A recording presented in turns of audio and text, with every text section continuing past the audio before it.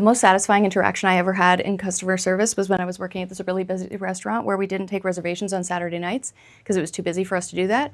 And a man came in on a Saturday night and he was like, "Excuse me, I have a reservation." I was like, "Oh, sir, we actually don't take reservations on Saturday nights. Could it be for a different day?" And he was like, "No, I'm sure I made it for today." Mad immediately. Okay, so I already know that he's lying because he's so mad instantly. And I tell him like, "Okay, sir, well, like, let me look up your phone number and see if maybe it was made for a different day by mistake." I look up his phone number. I'm like, "Oh, I'm not seeing that here. What's your name?" I look up his name. I'm like, "Sorry, sir, it shows here that you've never made a reservation in your life at this restaurant, actually, so sorry about that.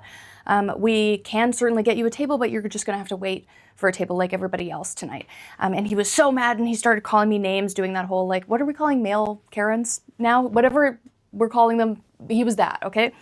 And he's yelling at me and he's like, "Oh, how dumb do you have to be, blah, blah, blah, to not be able to do this job, your job's so easy, blah, blah, blah, blah, blah, blah, you're an idiot," calling me all kinds of names. And he's like, "Look, I know that you could get me in right now if you really wanted to. If you really wanted to, you could take me to a table right now." And I was like, "Sir, I'm not enjoying our conversation.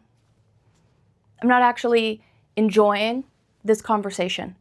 So if there were a way for me to put you at a table way over there, far from me, and stop this thing that's happening right now, don't you think that I would do that? What motive do you think I have for keeping you from a table? What would be my motivation there?" And he just looked at me like,